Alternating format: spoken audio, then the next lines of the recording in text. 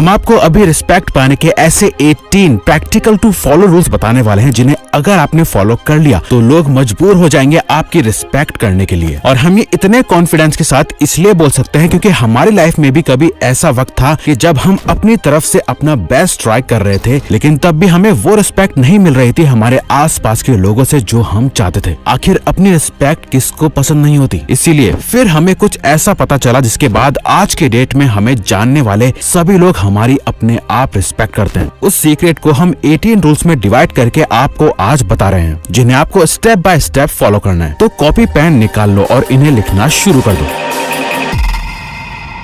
तो सबसे पहला और सबसे इम्पोर्टेंट रूल है respect yourself first. American politician Eleanor Roosevelt ने कहा था कि no one can make you feel inferior without your consent, यानी आपकी मर्जी के बिना कोई आपकी वैल्यू नहीं गिरा सकता। आपकी वैल्यू क्या है, आपको कितनी रिस्पेक्ट मिलनी चाहिए, ये और कोई नहीं बल्कि आप खुद डिसाइड करते हो। जितनी इज्जत आप खुद की करोगे लोग भी आपको उतनी रिस्पेक्ट के साथ ट्रीट करेंगे, चाहे सामने कोई भी हो, एक भिखारी या दुनिया का सबसे अमीर आदमी। ना किसी को खुद से कम समझो, ना ही खुद को किसी से नीचा समझो। अपनी खुद की वैल्यू को पहचानो। सोचो अगर आपके ही जैसा कोई और इंसान आपके सामने आ जाए तो उससे आप किस तरह से ट्रीट करोगे, उसके साथ कितनी इज्जत से पेश आओगे। बस वैसे ही खुद के साथ रहो।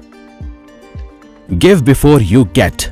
एक फेमस कोट है, respect is like a mirror, the more you show it to the other people the more it will reflect back on you. यानी रिस्पेक्ट एक आईने की तरह है, आप जितना ज्यादा इसे लोगों को दिखाओगे ये उतना ही ज्यादा आपको वापस मिलेगी। वो कहता है ना, रिस्पेक्ट मिलती नहीं है बल्कि कमानी पड़ती है, और कुछ तभी कमाया जाता है जब आप सामने वाले को बदले में कुछ दो। और वो क्या चीज है जो सभी को पसंद है, वो है रिस्पेक्ट। तो ये समझो कि जैसे आपको रिस्पेक्ट पसंद है वैसे ही सामने वाले इंसान को भी रिस्पेक्ट पसंद है। तो अगर वो आपके साथ अच्छे से पेश आ रहा है तो फालतू का जबरदस्ती वाला एटीट्यूड शो मत करो, बल्कि दूसरे की भी रिस्पेक्ट करो। और अगर वो आपको रिस्पेक्ट नहीं शो कर रहा तो उससे मुंह भी मत लगाओ और उसके मुंह पे उसे शो करो कि तुम उसकी बिल्कुल भी वैल्यू नहीं करते। इसके लिए एक ट्रिक है, अगर कोई आपको रिस्पेक्ट शो नहीं कर रहा तो उसे बोल दो, मैं तुम्हें और तुम्हारी बातों को सीरियसली नहीं लेता। तुम मेरी नजरों में एक वीक इंसान हो जिसका माइंड अभी तक मैच्योर नहीं हुआ है। तो सबसे पहले तो कोशिश करो कि सबको रिस्पेक्ट दो, चाहे छोटा हो या बड़ा, जैसे रतन टाटा जी करते थे। और अगर कोई आपको तब भी रिस्पेक्ट नहीं दे रहा तो उसे ऐसे ट्रीट करो जैसे थॉमस शेल्बी करता है।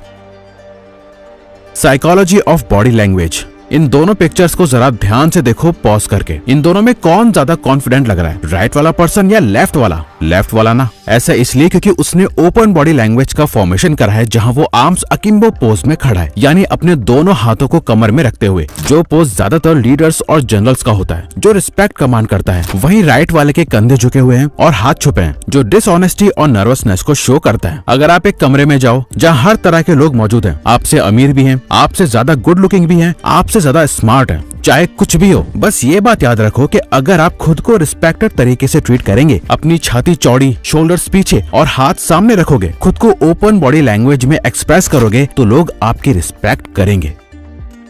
Don't react quickly. क्या आपने किसी ऐसे इंसान को देखा है जो हड़बड़ी में फैसला लेता है, जो कुछ सोचता समझता नहीं है, बस कर देता है, जो मुंह में आता है बोल देता है? क्या आप ऐसे इंसान की इज्जत करते हो जिसे ये ना पता हो कि कब क्या बोलना है, कैसे बोलना है, जिसके सोचने समझने की कैपेबिलिटी ही बहुत कम हो? नहीं ना, बस यही आपको भी नहीं करना। लाइफ में बहुत से उतार चढ़ाव आते रहेंगे, बहुत कुछ अच्छा होगा और बहुत कुछ बुरा भी। सिचुएशन कोई भी हो, एक काम माइंड होना बहुत जरूरी है, जिसपे दूसरे लोग सही डिसीजन के लिए डिपेंडेंट रह सकते हैं, जिसे देख के लोग कहें कि ये बंदा खुद को ओवर स्मार्ट दिखाने के लिए ना ही जल्दी से रिएक्ट करता है और ना ही जल्दी जल्दी कुछ भी बोल देता है। एक्चुअली हमारा भी एक दोस्त है जो बहुत ही काम माइंड का है और उसकी हम भी रिस्पेक्ट करते हैं। उससे हम जब भी कोई प्रॉब्लम पे बात करते हैं और एज ए थर्ड पर्सन उसका भी ओपिनियन या पर्सपेक्टिव जानने की कोशिश करते हैं तो वो हमेशा एक ही जवाब देता है, भाई मुझे थोड़ा टाइम दे, मैं तुझे शाम तक या कल तक पक्का अच्छे से सोच के बताता हूँ। जबकि वो चाहे तो आज भी जवाब दे सकता है, पर वो पूरा एक दिन लेता है, सोचता है, समझता है, रिसर्च करता है और एकदम मैच्योरिटी के साथ हमें बेस्ट पॉसिबल सोल्यूशन लाके देता है। हम दोनों ही एक दूसरे की रिस्पेक्ट करते हैं इस एक चीज के लिए,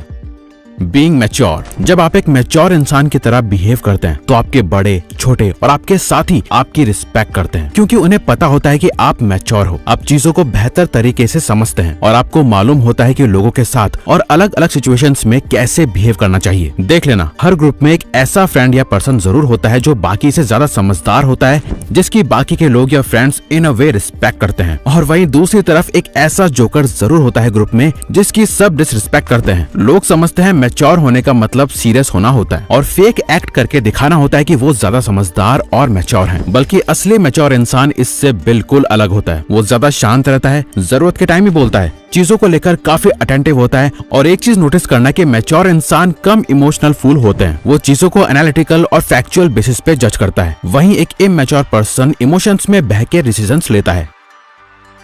When insulted, look into the eye.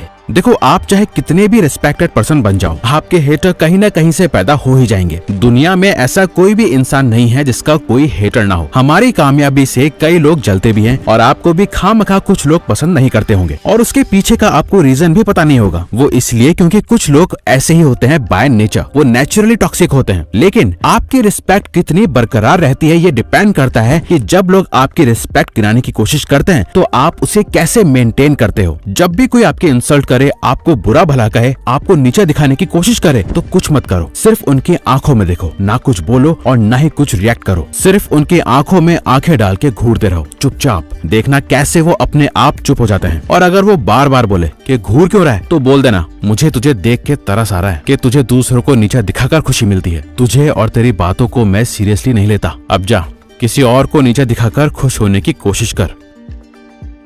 Rule of demand and supply. Remember this. As you gain fame, as you gain fortune, as you gain position and seniority, people will treat you better. They will hold doors open for you. They will get you a cup of tea and coffee without you even asking. They will call you sir and ma'am, and they will give you stuff. None of that stuff is meant for you. That stuff is meant for the position you hold.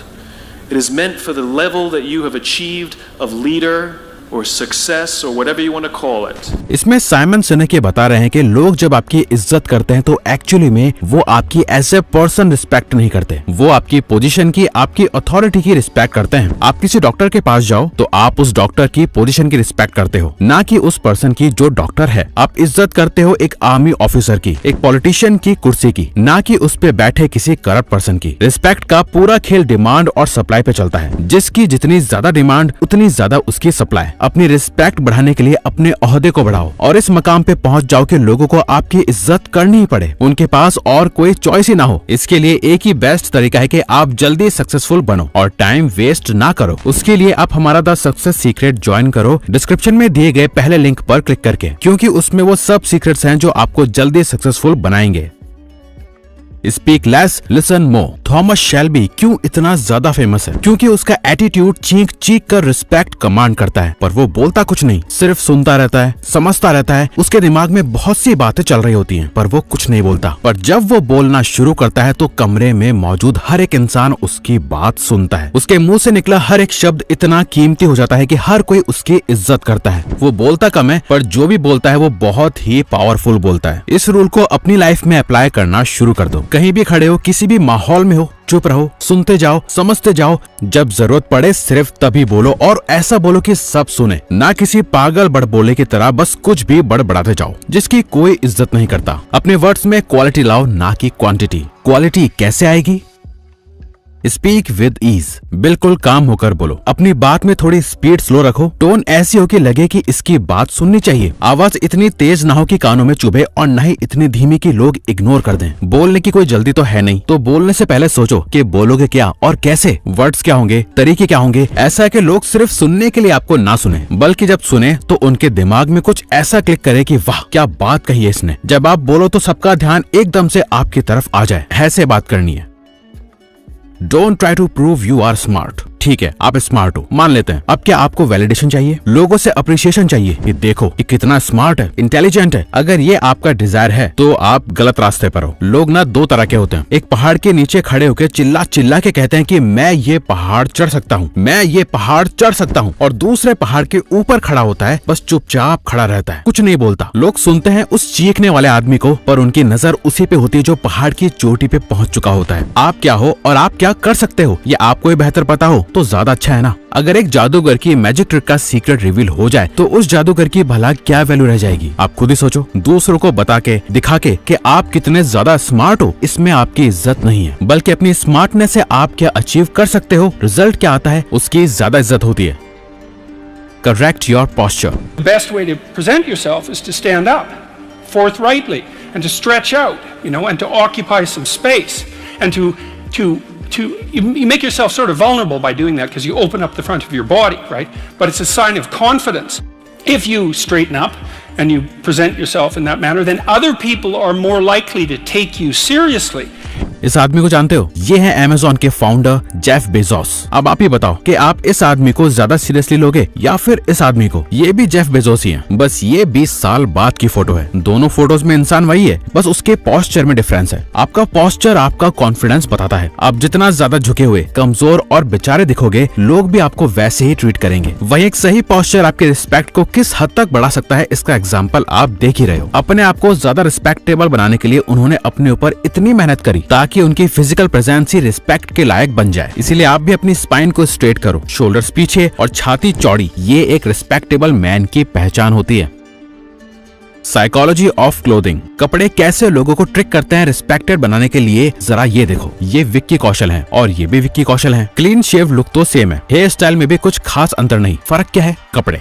एक तरफ ढीली सी बेकार shirt, दूसरी तरफ proper suit में कौन ज्यादा confident और रिस्पेक्टेड लग रहा है आप जानते ही हो। सूट में तो कुछ ऐसी बात भी है कि जब आप पहनो तो आपकी रिस्पेक्ट बढ़ जाती है। पर हाँ, ये प्रैक्टिकल नहीं है कि आप हर टाइम तो सूट नहीं पहन सकते। पर ये देख लो, ये भी विक्की कौशल है। बिना सूट के एक अच्छी फिटेड शर्ट के साथ, जिसका कलर भी ऐसा है जो उनके स्किन टोन को कॉम्प्लीमेंट कर रहा है। बात ये नहीं है कि आप क्या पहनते हो, बात यह है कि आप उसे किस तरह पहनते हो, किस कॉम्बिनेशन के साथ पहनते हो, किस कलर का यूज करते हो। आपका सही कपड़ों का चुनना और अपना ड्रेसिंग सेंस मेंटेन करते हुए चलना आपकी रिस्पेक्ट को बढ़ाता है। फिर चाहे आप 5000 की शर्ट पहनो या 500 की, अगर आप पर वो अच्छी लगती है तो आप ऑटोमेटिकली अच्छे दिखोगे और लोग आपकी इसलिए रिस्पेक्ट करेंगे क्योंकि उनको दिखेगा कि आप अपने आप पे कितना ध्यान देते हो। लाफ एट योरसेल्फ, खुद पे हंसो, अपना मजाक बनने दो। अपने आप को इतना ज्यादा सीरियसली मत लो, क्योंकि जो इंसान हर टाइम बहुत ज्यादा ही सीरियस रहता है, कभी मजाक नहीं करता, हर छोटी मोटी बात पर बुरा मान जाता है, लोग उसकी जरा भी इज्जत नहीं करते। हो सकता है वो उसके सामने कुछ ना बोले और ऐसा दिखाएं कि वो उसे बोलने से डर रहे हैं, बट एक्चुअली लोग ऐसे इंसान से बात ना करके ड्रामा अवॉइड कर रहे होते हैं। इसलिए ऐसे मत बनो। कोई आपसे छोटा मोटा मजाक कर ले तो चिल रहो। डोंट शेयर योर वीकनेस, अब खुद का मजाक बनवाना ऐसा भी नहीं है कि वो आपकी कमजोर ही बन जाए। एक दो आपने किसी के साथ जोक मार लिए तो वो लोग वही जोक आप पर बार बार मारते जाएं, ये भी गलत ही है। क्योंकि कोई भी चीज एक्सट्रीम में चली जाए तो वो खराब ही होती है। आपको किसी भी तरह अपनी वीकनेस को एक्सपोज नहीं करना। स्टे मिस्टीरियस, ना ही किसी को अपनी वीकनेस बताओ ना ही स्ट्रेंथ। हमेशा एक मिस्टीरियस पर्सनैलिटी मेंटेन रखो। किसी को नहीं पता चलना चाहिए कि आप अब तक क्या कर रहे थे, अभी क्या कर रहे हो और आगे क्या करने वाले हो। खुली किताब बन के मत रहो। आप अपने बारे में जितना कम बताओगे, लोग आपको जानने के लिए उतने ही क्यूरियस रहेंगे।